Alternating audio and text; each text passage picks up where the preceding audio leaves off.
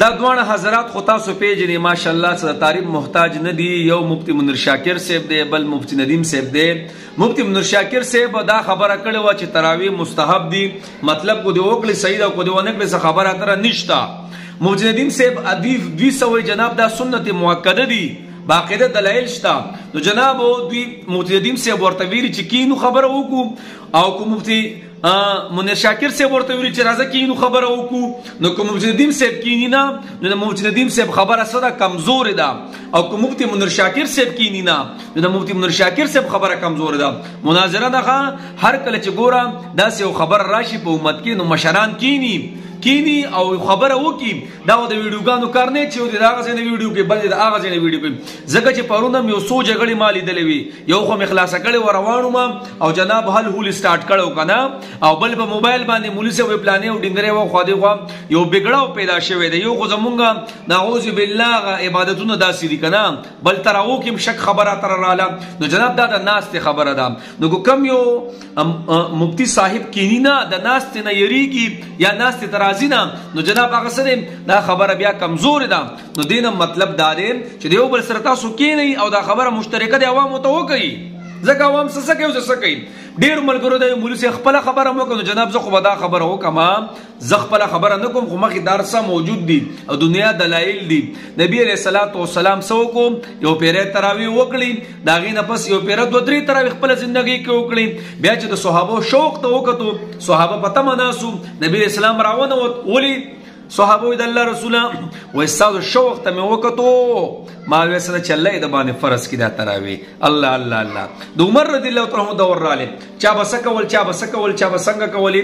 عمر رضی الله تعالی عنہ ټول خلق را ټول کو په جمعات کې، او یو امام ول اساس کو، یو امام او شاته پسې ټول مقتدیان وګرځول او 60 رکعات تراویح سکړي، 60 رکعات تراویح وکړي.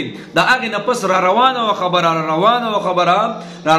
خبره ما ته زبان نبی فرمایلی چې د صحابو کوم اجماع ده او د صحابو کوم زمانه ده، دا زمانه لپاره دلیل دی، دا زمانه لپاره یو نمونه ده. ما ته نبی رسول الله دا فرمایلی دي مونږ ټول ته پوه شو.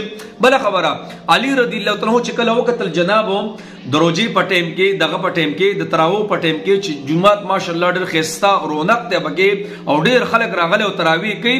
نو الله نه دعا وغوښته اے الله څنګه چې د جمعات منور کړي دا سید عمر رضی الله تعالی عنہ قبر هم منور کې، ولی زګم چې دا تراوی باندې دا امت را جمع کول دا عمر رضی الله تعالی عنہ وکړه. په خبره پوه شئ. نو دا ټول خبره ترې مخې ته فرتی دي پوه شوي.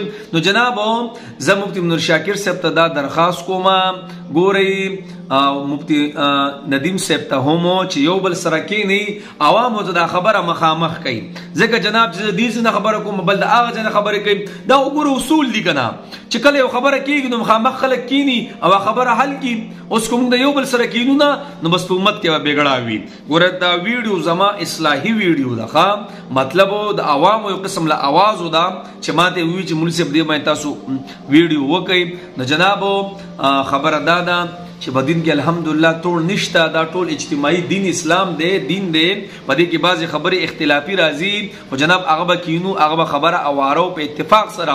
اوس کوم یو بل سره کینو نه نو کم کس چې نه کینی هغه خبره سره هغه به کمزوري. بس خبره ډېره سره یو، ځکه چې زه مضبوطي مزبار ځای ته ورځم زه به کینم، خو چې کله زما خبره کمزوري وم نو زه بیا میدان ته نه ورځم. نو جناب خبره داسې ده چې کله هم داسې خبره راشي نو مخامخ کې نسل فکار دي، عوامو ته یو عجیبه ټوس چیز مخې ته کول پکاري کو نه زه د هغه ځای نه او هغه د هغه ځای نه.